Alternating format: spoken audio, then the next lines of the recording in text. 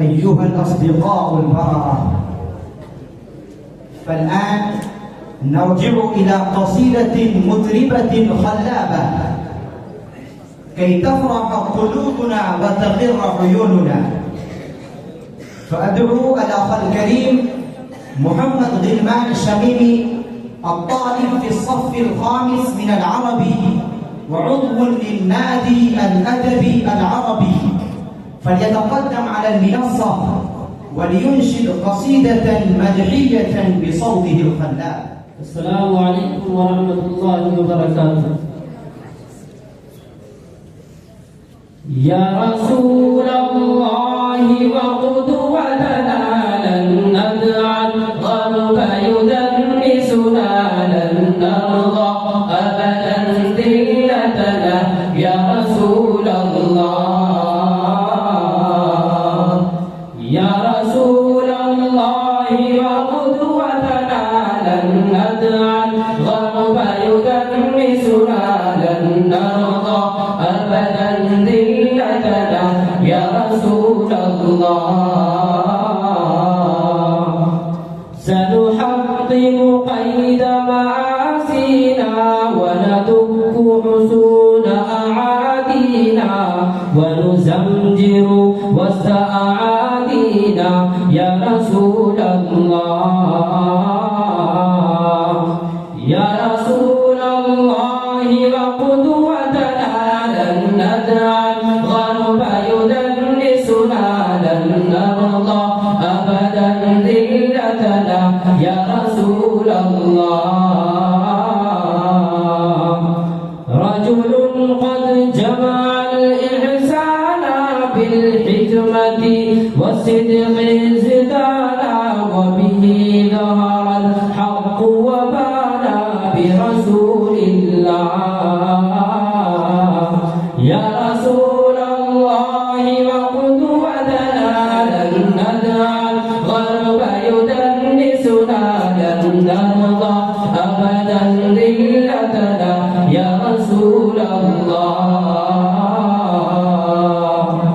لا ندري كيف تجرأتم وتباليتم بعداوتنا، لا ندري كيف تطرقتم لرسول الله. يا رسول الله وقدوتنا لن ندع الغرب يدنسنا، لن نرضى أبدا ذلتنا يا رسول الله.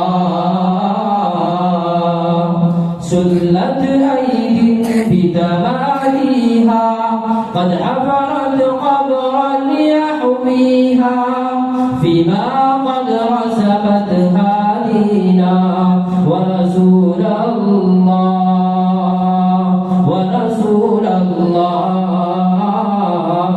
يا رسول الله وقدوتنا لن ندع الغرب يدنسنا، لن نرضى أبدا ذلتنا يا رسول الله. وقلوب وقلوب وقلوب وقلوب أبدا لا تنسى، وقلوب أبدا لا تنسى من أصلحها فغدا ترسى، سما رمحا سيفا قوسا لرسول الله.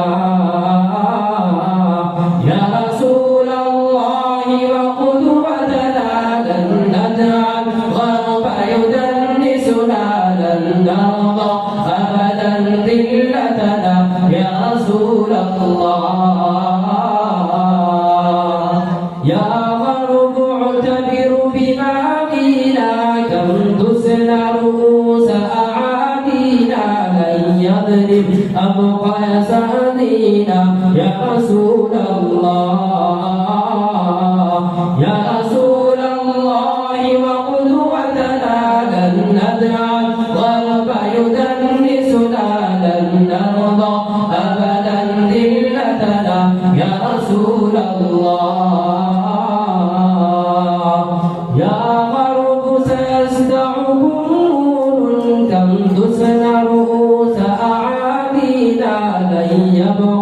الإسلام سجينا ورسول الله